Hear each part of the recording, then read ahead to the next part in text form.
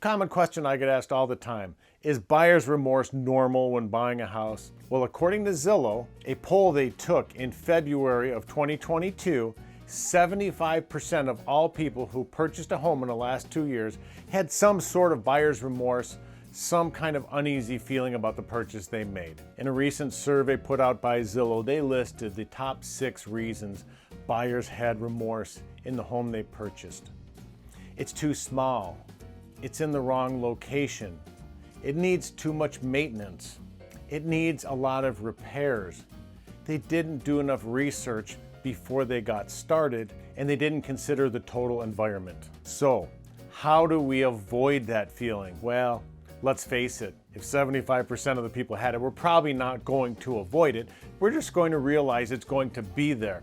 However, we can make sure that you're comfortable with the house that you bought by doing a number of things. I think 2 of the most important issues are having a realistic budget. Let's face it, you don't want to get into a house and now you can't go out to dinner, you're having a hard time putting gas in the car. You don't need to be house poor. You also have to have a wants and needs, a must-haves, can live withouts list, and we need to put that together being very, very realistic. First, let's set a budget. Let's find out exactly how much you're willing to spend and how much is I'm not going to do that amount. Does the home you buy need work? Are you flexible on a home that does need some work or is absolutely move-in condition? Let's be realistic on that.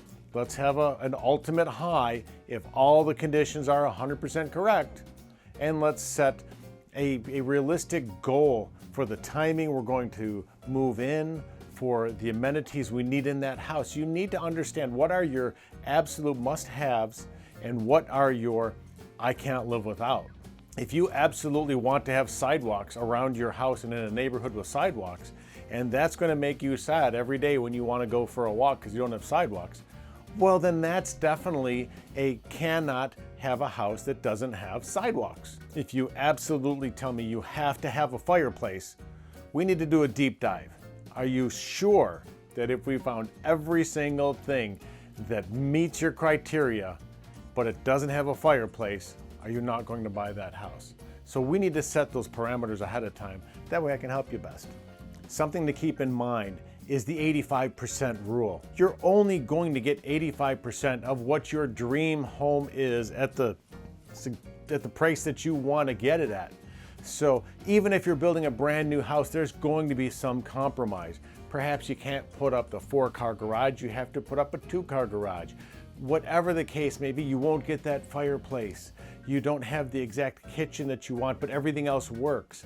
You have to know what you're flexible on and what you're not.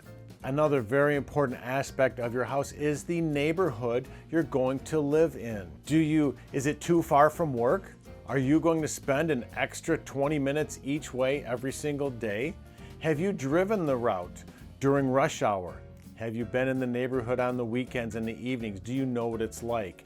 This is going to be where you're going to live, and your neighborhood and surroundings are such an important part of the house that gets overlooked a lot. Buyer's remorse is common.